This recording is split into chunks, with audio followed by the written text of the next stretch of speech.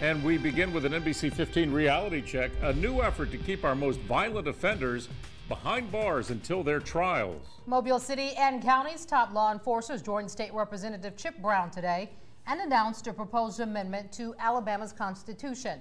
If they are successful at getting the new law passed, you would have the final say. NBC 15's Darwin Singleton was at that news conference and has more tonight on the effort.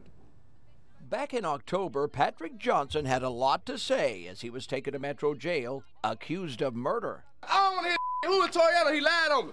All that you said. But what Johnson didn't talk about was that he was no stranger to the system, had already been sentenced to 10 years in prison for another crime, and was out on bond when he was arrested again, accused of shooting 3 people, killing one of them. This time, a judge said no more bond. And now Mobile's leading law enforcement officials want Alabama judges to be able to say no more bond more often. Tomorrow I will be introducing a bill in the Alabama House of Representatives. Flanked by local law enforcement leaders, Mobile Representative Chip Brown revealed a proposed state constitutional amendment that would make it easier for judges to deny bond for some defendants charged with violent crimes.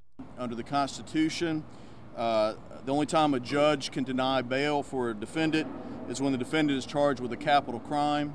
Now Brown and these top cops want to expand that. Whenever we have an offender, that the evidence of the offense, a violent offender, that where the evidence is great and where there's a likelihood that they will reoffend, that we be given the option to stop this continuous retaliation that we're seeing within our streets.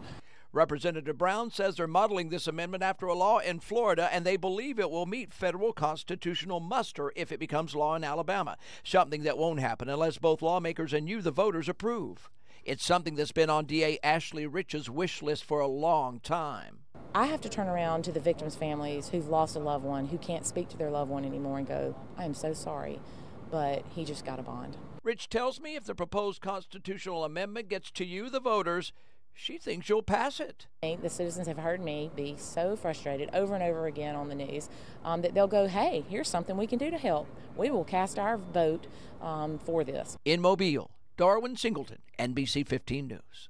Brown's proposed bill would also allow judges to deny bond when the evidence in the case is overwhelming and there is a risk the offender will not